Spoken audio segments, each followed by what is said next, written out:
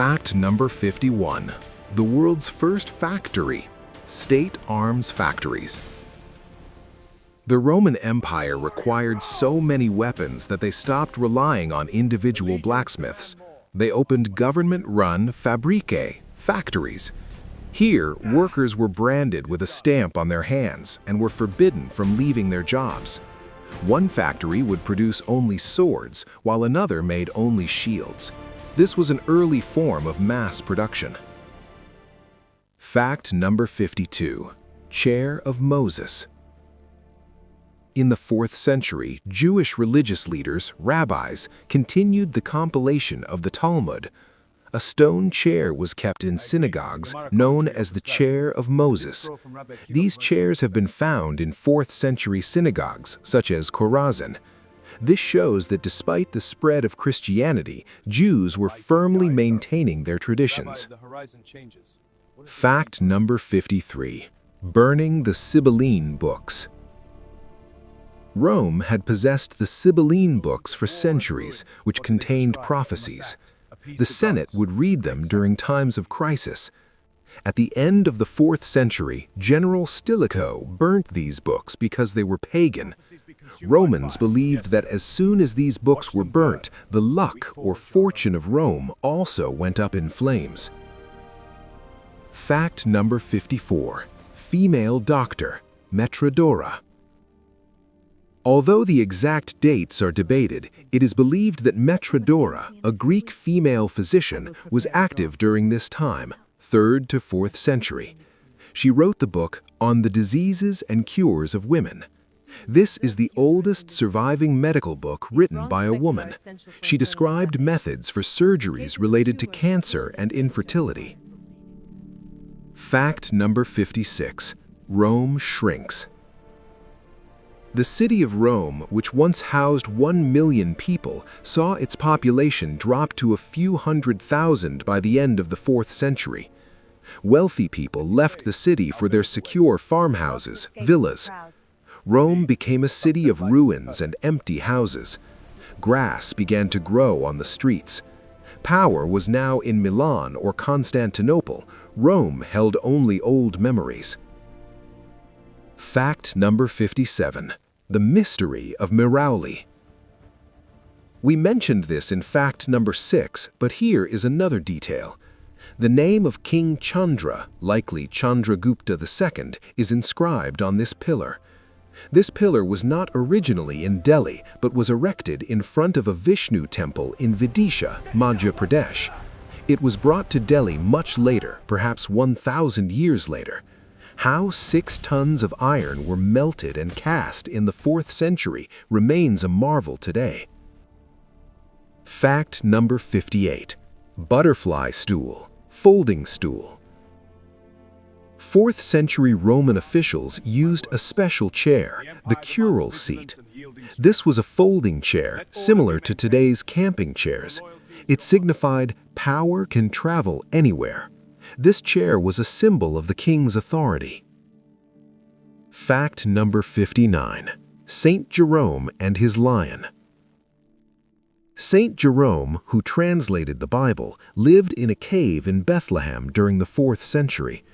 In art, he is always depicted with a lion. The story goes that a limping lion came to him. Jerome removed a thorn from its paw. The lion became his friend and used to guard his donkey. This is likely a legend, but it was very famous at the time. Fact number 60. Does the Earth rotate? Aryabhata's precursor. Although Aryabhata was born in the 5th century, by the end of the 4th century, the idea was emerging in Indian astronomy, Siddhantas, that day and night are caused by the rotation of the Earth, not the movement of the stars. This was the foundation of the heliocentric theory which Copernicus gave to Europe 1,000 years later. The Gupta period was a powerhouse of science. Fact number 60. Fear of poison at feasts, food tasters. 4th century Roman and Gupta kings were so afraid of poison that they employed food tasters. In Gupta plays, it is mentioned that peacocks were kept near the king's food. It was believed that if there was poison in the food, the peacock would shriek or start dancing, an ancient alarm system. Fact number 61. The world's first newspaper, the Acta Diurna. By the end of the 4th century, the use of Acta Diurna grew significantly in Rome. These were government notices carved on metal or stone slabs that were placed in the forum, public squares.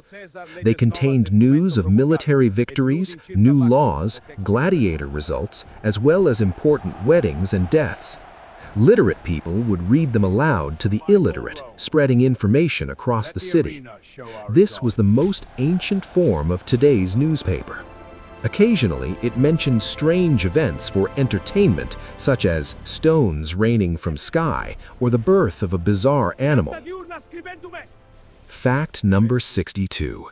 The silver treasure, Mildenhall treasure. In the 4th century, Roman wealthy stored their wealth in the form of silverware.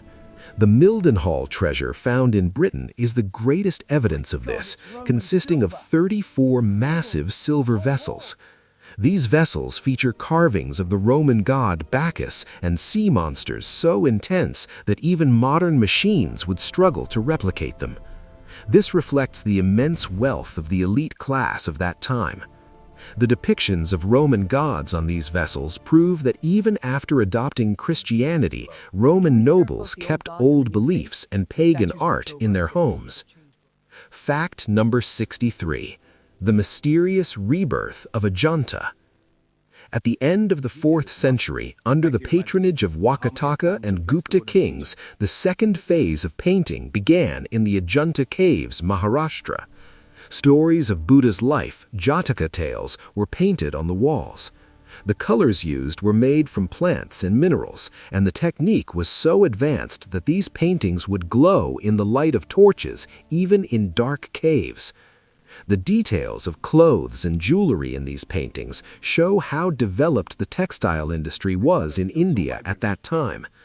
Even after 1,600 years, the brilliance of these colors has not faded. Securing the Silk Route.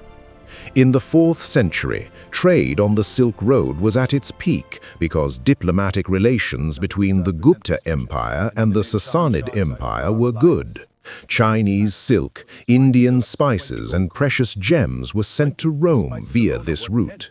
Vast caravans of camels traveled thousands of miles, and sarais, inns, were built along the way, guaranteeing food and safety.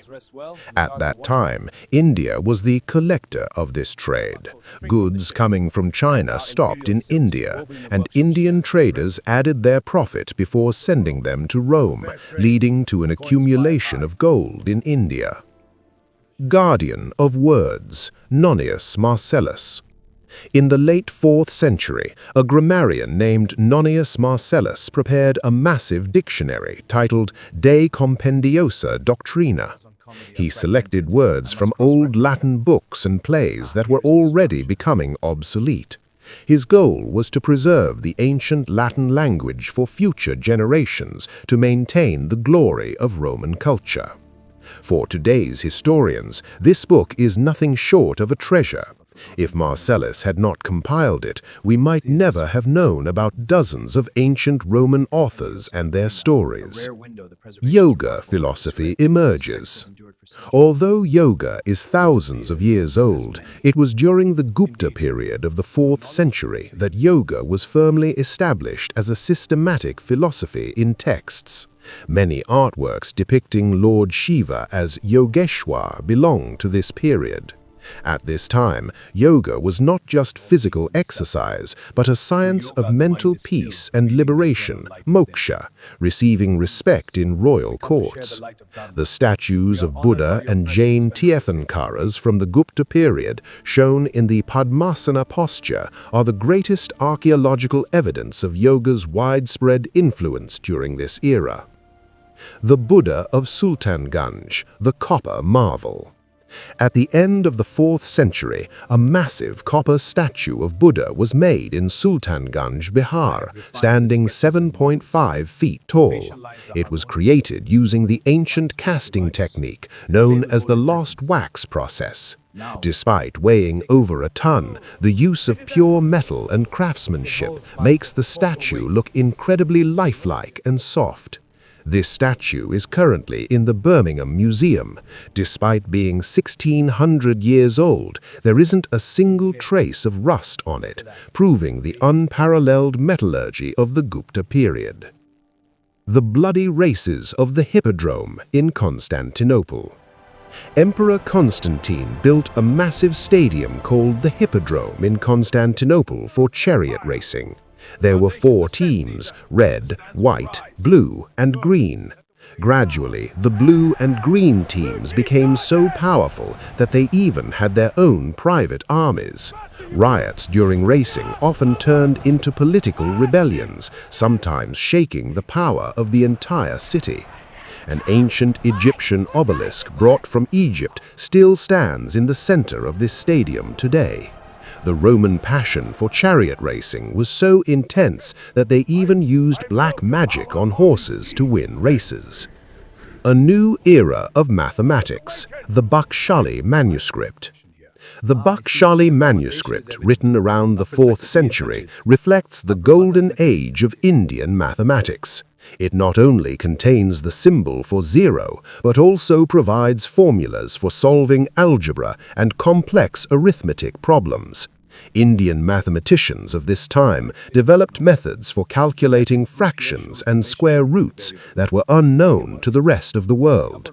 In this manuscript, zero is depicted as a dot. This is the first documentary evidence in the world where zero was used not just as a placeholder, but as a calculable number. The first codex of laws, Gregorian and Hermogenean codes. In the 4th century, 2 Roman lawyers, Gregorius and Hermogeneus, compiled thousands of scattered imperial decrees into books, codes, for the first time. Previously, laws were buried in imperial documents and inaccessible to ordinary lawyers. These books brought uniformity to the justice system and defined punishments for specific crimes. These 2 books later formed the basis of the Justinian Code, which is considered the mother of modern legal systems worldwide. The first Sati record at Aaron, 310 AD. An inscription from the 4th century was found at a place called Aaron in Madhya Pradesh. This is a memorial pillar built in memory of a general named Gopraj who died in battle. The inscription clearly describes that after his death, his wife gave up her life on her funeral pyre. This is the first solid written and archaeological evidence of this Sati practice in Indian history. Although the Gupta period is called the Golden Age, this pillar also reflects a harsh social reality of that time. It shows that this practice was initially limited to military and royal families. Samudragupta's musical devotion, the musical monarch. History calls Samudragupta the Napoleon of India, but his gold coins tell a different story. In several coins, he's shown sitting on a high pedestal playing the veena. This is proof that despite being busy with wars, he was dedicated to music. He was a great patron of poets and musicians and wrote poetry himself. Depicting a king with a musical instrument instead of a weapon on coins was a message that the Gupta Empire was built not just on power, but on the foundation of culture and art. Scientific basis of the calendar, the Surya Siddhanta. At the end of the 4th century, the astronomical text Surya Siddhanta changed the way time was calculated. It contained accurate calculations of the Earth's diameter, planet distances, and the timing of eclipses that are very close to modern science. Based on this text, the Indian Panchang was given a scientific form, allowing for the correct timing of festivals and farming. The Surya Siddhanta stated that the smallest unit of time is Truti, 1/33,750th of a second. This shows how serious Indians were about the precision of time. The end of knowledge in Alexandria. Destruction of the Serapeum, 391 AD. On the orders of Emperor Theodosius, a violent mob of Christians completely destroyed the Serapeum Temple and its library in Alexandria, Egypt. This library was a part of the Library of Alexandria, where the priceless knowledge of the ancient world was preserved. Christian extremists believed that the books and statues kept there promoted demonic and pagan ideologies. Historians believe that on that day, humanity lost knowledge of science, philosophy, and astronomy that took the world another 1,000 years to recover. The rise of Kashmir Shaivism. In the 4th century, a deep and new philosophical form of Shaivism developed in the beautiful valleys of Kashmir. It is also called the trick philosophy. It taught that man and God are not separate, rather a part of Shiva exists in every human being. This philosophy emphasized self-realization and meditation over rituals, making it popular with both commoners and scholars. Kashmir Shaivism later gave birth to many principles of Tantra Shastra and Hatha Yoga that changed the spiritual thinking of the whole of South Asia. Across time, ancient sages in Kashmir realized this truth, their wisdom